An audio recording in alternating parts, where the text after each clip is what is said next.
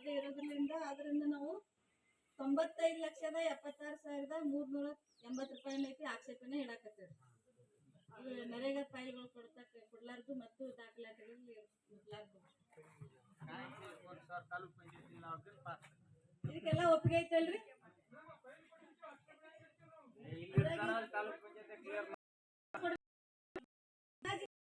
ಹಾಜರ್ಪಡಿಸ್ಬೇಕಲ್ರಿ? ನೀವು ಕಟ್ಟೋದ್ ಬಿಟ್ಟಿವ್ರಿ. ನಾವು ಆಗ್ತಕ್ಕಂಥದ್ದು ಎಷ್ಟು ಐತಿ? 1,26,00,000. ಈಗ ನಂದೇನ್ ಕೆಲಸ ಐತ್ರಿ? ಪಿಡಿಒ ಚೇಂಜ್ ಆಗಲಿ ಯಾರು ಚೇಂಜ್ ಆಗಲಿ ನನಗೇನು ಒದಗಿಸ್ಬೇಕಾಗಿತ್ತು ಒದಗಿಸ್ಬೇಕ್ರಿ. ನಾವು ಚೆಕ್ ಮಾಡಕ್ ಬಂದೇವಿ. ಕೊಡ್ಬೇಕಾಗಿತ್ತಾರ್ರಿ ಅವ್ರು ಕೊಡಬೇಕ್ರಿ. ಆಕ್ಷೇಪಣೆ ಇಟ್ರೆ ಅಂದ್ರೆ ಅವ್ರು ಯಾರು ಅದಾರ ಅವ್ರೊಳಗ ಅವ್ರು ನಮ್ಗೆ ಸಬ್ಮಿಟ್ ಮಾಡ್ತಾರೆ.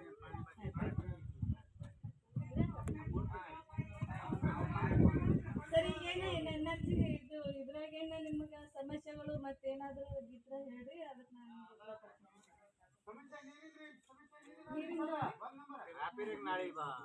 15ನೇ ಹಣಕಾಸು ಯೋಜನೆ ಒಳಗ್ರಿ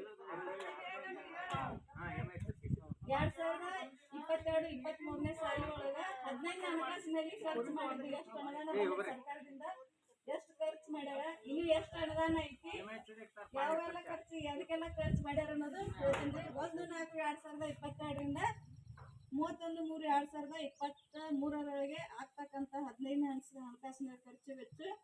ಫಸ್ಟ್ನೇದಾಗಿ 1-4-2022 ಓಪನಿಂಗ್ ಬ್ಯಾಲೆನ್ಸ್ ಇದ್ದಿದ್ದು 14,47,725 ರೂಪಾಯಿ ಓಪನಿಂಗ್ ಬ್ಯಾಲೆನ್ಸ್ ಐತಿ 15ನೇ ಹಣಕಾಸಿನಾಗ 1ನೇ ತಾರೀಕಿಗೆ.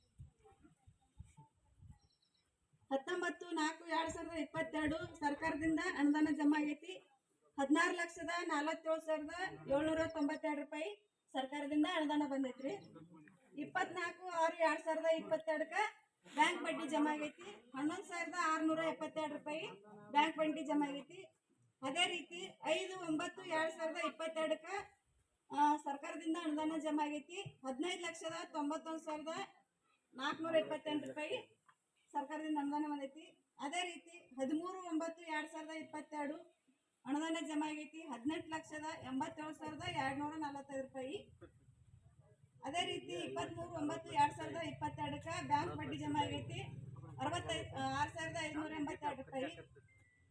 23-12-2022 ಮತ್ತೆ ಬ್ಯಾಂಕ್ ಬಡ್ಡಿ ಜಮಾ ಆಗೈತಿ 14,938. 3-1-2022 ಮತ್ತೆ ಸರ್ಕಾರದಿಂದ ಅನುದಾನ ಜಮಾ ಆಗೈತಿ 8,14,594. ಅದೇ ರೀತಿ 17-1-2023 ಅನುದಾನ ಜಮಾ ಆಗೈತಿ 5,20,223 ರೂಪಾಯಿ. ಅಷ್ಟು ಇಲ್ಲಿ ಒಂದು ವರ್ಷದಾಗ ಆಗ್ತಕ್ಕಂಥ ಸರ್ಕಾರದಿಂದ ಬರ್ತಕ್ಕಂಥ ಅನುದಾನ ಮತ್ತು ಬಡ್ಡಿ ಸೇರಿ 79,42,199 ರೂಪಾಯಿ ಅಷ್ಟು ಜಮಾ ಆಗೈತಿ. ಆ 79,42,199 ರೂಪಾಯಿದೊಳಗೆ ಇನ್ನು ಅಲ್ಲಿ ಎಷ್ಟು ಅನುದಾನ ಐತಪ್ಪ ಅಂತಂದ್ರೆ 23,83,798 ರೂಪಾಯಿ ಆ ದುಡ್ಡು ಐತಿ. ಇದ್ರಾಗ ಖರ್ಚು ಮಾಡ್ತಕ್ಕಂಥದ್ದು ಎಷ್ಟಪ್ಪ ಅಂತಂದ್ರೆ 55,58,401 ರೂಪಾಯಿ ಖರ್ಚು ಮಾಡ್ಯಾರ. ಎದಕ್ಕಂದ್ರೆ ಈ 55,52,401 ರೂಪಾಯಿ ಎದಕ್ಕೆ ಖರ್ಚು ಮಾಡ್ಬೇಕಂತಂದ್ರೆ 15ನೇ ಹಣಕಾಸಿನಾಗ ಇಲ್ಲಿ ಕುಡಿಯುವ ನೀರಿಗಾಗಿ ಖರ್ಚು ಮಾಡ್ಬೇಕಾಗ್ತೈತಿ. ಈ ಯೋಜನೆದೊಳಗ ಇಲ್ರಿ ಹೇಳ್ತೀನ್ರಿ, ಈ 15ನೇ ಹಣಕಾಸಿನಾಗ ಯಾವ್ದಕ್ಕೆಲ್ಲ ಖರ್ಚು ಮಾಡ್ಬೇಕಂದ್ರ ಕುಡಿಯುವ ನೀರಿಗಾಗಿ ಮತ್ತು ಬೀದಿ ದೀಪಕ್ಕಾಗಿ ಸ್ವಚ್ಛತೆ ನಿರ್ವಹಣೆಗಾಗಿ ಖರ್ಚು ಮಾಡ್ಬೇಕಾಗ್ತೈತಿ. ಇಲ್ಲಿ ಯಾವುದೇ ರೀತಿ ವೈಯಕ್ತಿಕವಾಗಿ ಇಲ್ಲಿ ಹಣ ಖರ್ಚು ಮಾಡಕ್ ಅವಕಾಶ ಇರಂಗಿಲ್ಲ. ಮದುವೆ ಸಮಾರಂಭಗಳಿಗೆ ಇದು ಖರ್ಚು ಮಾಡಕ ಅವಕಾಶ ಇರೋದಿಲ್ಲ.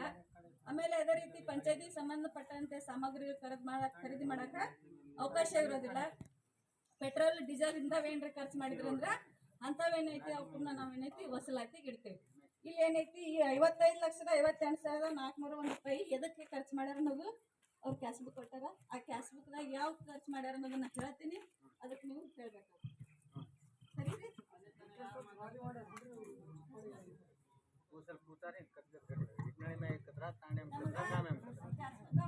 ಕೊಟ್ಟಾರಿ. ಅದ್ರಾಗ ಸಂಬಂಧಪಟ್ಟಂತೆ ಯಾವುದೇ ರೀತಿ ಕೊಟೇಶನ್ ಇನ್ನೂ ಹಾಜರುಪಡಿಸಿಲ್ಲ. ಇನ್ನೊಂದು ಸ್ವಲ್ಪ ವಚನಗಳು ನಮ್ಗೆ ಕೊಟ್ಟಿಲ್ರಿ. ಅದನ್ನ ಏನೈತಿ ಕೊಲಾರ್ದು ನಾವು ಆಕ್ಷೇಪಣೆಯಾಗ ಬಿಡ್ತೀವಿ. 401 ರೂಪಾಯಿ ಐತಲ್ರಿ, ಎದಕ್ಕೆಲ್ಲ ಖರ್ಚು ಮಾಡಿರ್ತಾರ ಅನ್ನೋದು ಇಲ್ಲಿ ಕ್ಯಾಶ್ ಬುಕ್ದಾಗ ವಿವರಣೆ ಬರ್ದಿರ್ತಾರೆ. ಅದು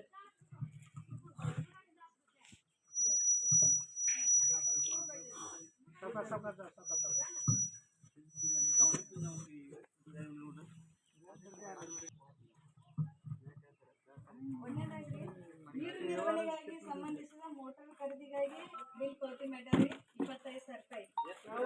ಎಲ್ಲಿ ಮಾಡ್ಯಾರ ಅನ್ನೋದು ವಿವರಣೆ ಇರೋದಿಲ್ಲ. ಇದು ವಿವರಣೆ ಇಲ್ಲಾರ ಸಂಬಂಧ ನಾವು ಆಕ್ಷೇಪಣೆ ಇಡ್ತೇವೆ. ಒಪ್ಪಿಗೆ ಐತ್ರಿ? ನೀರು ನಿರ್ವಹಣೆಗಾಗಿ ಹಾಗೂ ಪೈಪ್ಲೈನ್ ರಿಪೇರಿ ಸಂಬಂಧಿಸಿದ ಮೋಟಾರ್ ಖರೀದಿ ಬಾಬತಿ ಮಾಡ್ಯಾರ.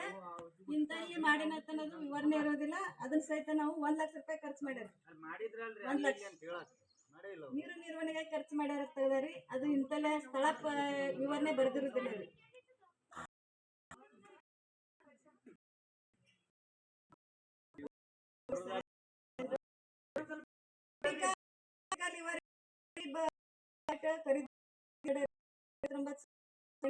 ರೂಪಾಯಿ ಲೈಟ್ಗೆ ಖರ್ಚು ಮಾಡ್ಯಾರಿ. ರಾಘವೇಂದ್ರ ಟ್ಯಾಕ್ಸ್ ಇವರಿಗೆ ನೀರು ನಿರ್ವಹಣೆಗಾಗಿ ಸಂಬಂಧಿಸಿದ ಮೋಟರ್ ಖರೀದಿ ಮಾಡಿದ ಬಾಬತ್ತ 4,496 ರೂಪಾಯಿ ಖರ್ಚು ಮಾಡ್ಯಾರ. ಇವು ವಿವರ ಎಲ್ಲಿ ಅಂತ ಬರ್ದಿಲ್ರಿ, ಬರೀ ನೀರಿನ